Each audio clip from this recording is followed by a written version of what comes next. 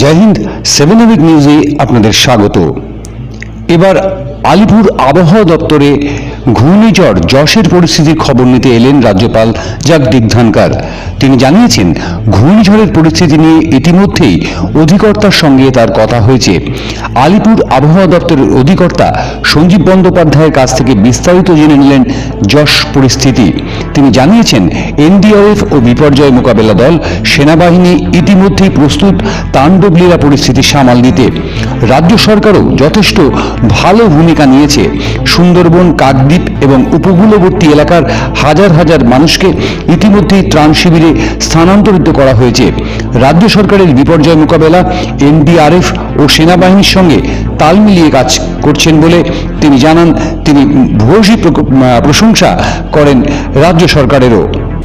प्रांत के सामने साइक्लोन यास का एक संकट है और ये संकट इस समय आया है जब प्रांत और देश कोविड की लड़ाई लड़ रहा है। अपने प्रांत में इसके अलावा भी पोस्ट पोल वायलेंस का मुद्दा है।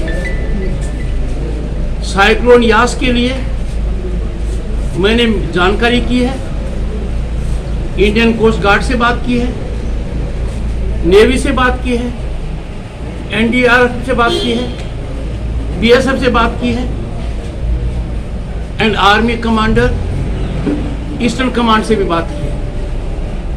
यह अत्यंत सुखद विषय है कि राज्य और केंद्र की जितनी भी एजेंसीज हैं वो बड़े भारी तालमेल से कार्य कर रही हैं और वो सक्रियता हमको जमीन पर दिखाई दे रही है, क्योंकि कोई भी नहीं चाहता कि अम्फान के समय जो संकट आया उसकी पुनरावृत्ति हो।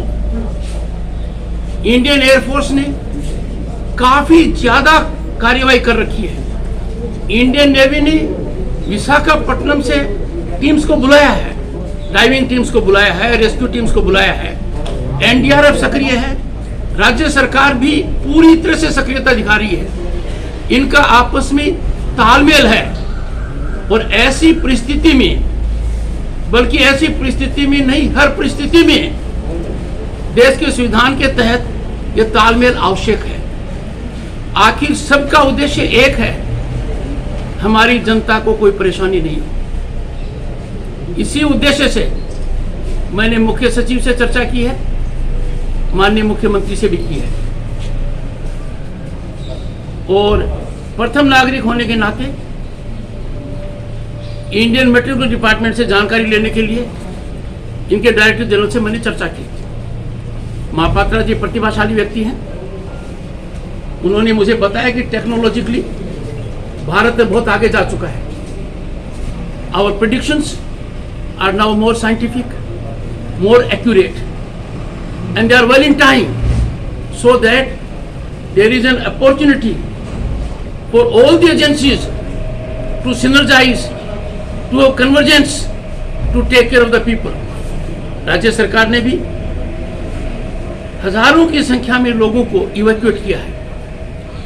इंडियन कोस्ट गार्ड और नेवी ने अम्फान के समय मेरी चर्चा हुई थी, उन्होंने कहा था हाई सीज पर एक भी डेथ नहीं होगी। They lived up to their word। इस बार भी उनका यही आशय है और ऐसी परिस्थिति में उन्होंने कहा है, we have sent high alerts, high indications कि फिशरमैन हैं वो वहाँ न जाएं, कोस्टल एरिया के लोगों का इवैक्यूएशन हो, मर्चेंट शिप्स और अदरवाइज जो वेसल्स हैं they are safely put in harbor in good position।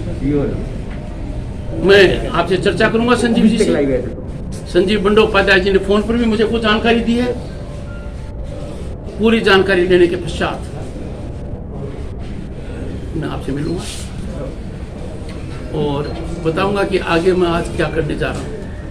नमस्कार। मानस चौधरी, 7 आवर न्यूज, कोलकाता।